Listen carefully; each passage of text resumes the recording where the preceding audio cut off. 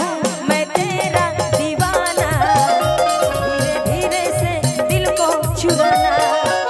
ओ भासुर धीरे धीरे।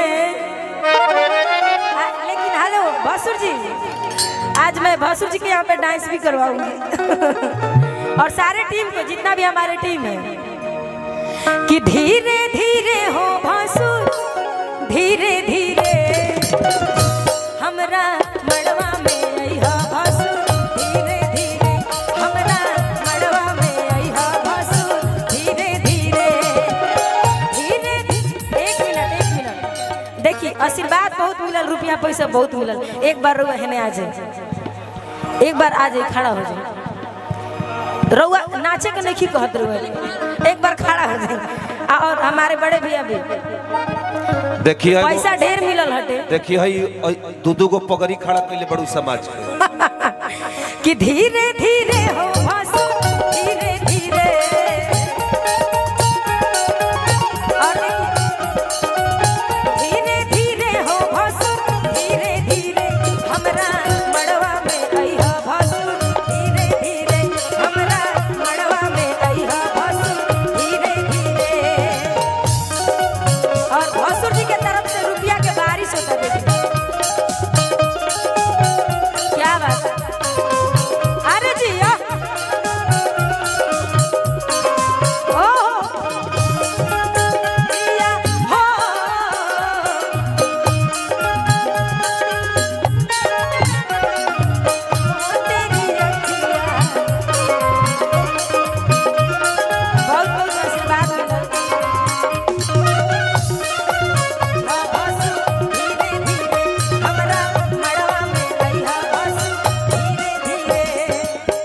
और इतना रुपया के बारिश हो गई आप सब। हाँ कैसा मजा आ गई। ऐसा प्यार आशीर्वाद बहुत कमे जगह मिलेला। हमरा महसूस नहीं होत कि हम दूसरा जगह आइल बनी, बुझाता हम अपना घरे आइल बनी। और कैसे भाव बा ये गाना के। और ये हमारे दीपेंद्र भैया हैं, दीपेंद्र सिंह राजपूत, जो बलिया जिला के ही हैं, बहुत माने जाने हैं, इतिहास के पन्ना में लिखते हैं। मैं उनको बुलाऊंगी। और कैसे भाव बा, मड़वा के यारी यारी चंदा सितारा, देखाए सखी तनी गजब नजारा।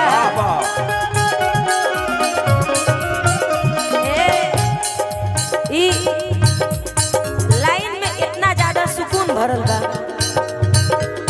कि रोआ रोआ खड़ा हो जाला। लाइन गौलक बा, मड़वा के आड़ी आड़ी चंदा सितारा,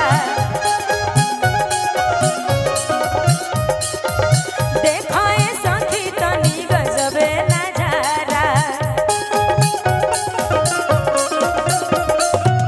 धीरे धीरे हो भासुर धीरे धीरे,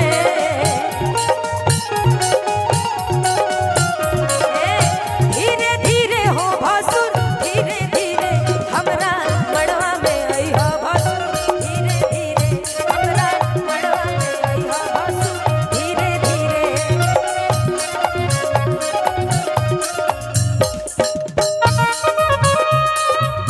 क्या बात है। अरे जी के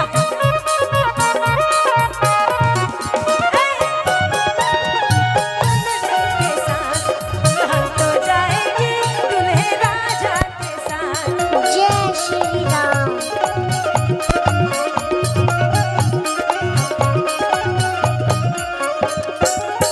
ओह देखा तनी आशीर्वाद के बारिश होता है।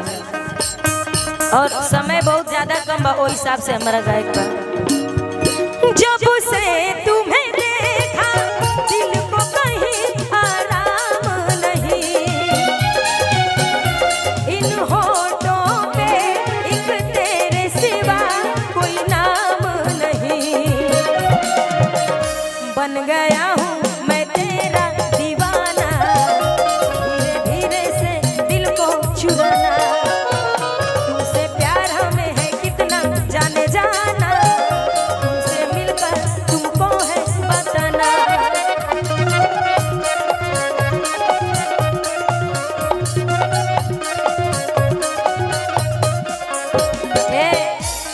बाप हो बाप निमन लागत नु एक बार हाल लगा के बताई जितना भी हमारे नौजवान भाई लोग हैं। अच्छा लालू राय के जीजा जी के तरफ से बहुत बहुत आशीर्वाद है मिथिलेश जी के तरफ से। ओ क्या बात एने हां हाँ जी तनी यही पे हई मार दो फील वाला। अब वो फील वाला गाऊंगी पहले मैं आपका फरमाइशी गाऊंगी दूध के फैक्ट्री अच्छा मार जो आप हमेशा हमसे फरमाइशी करते हैं।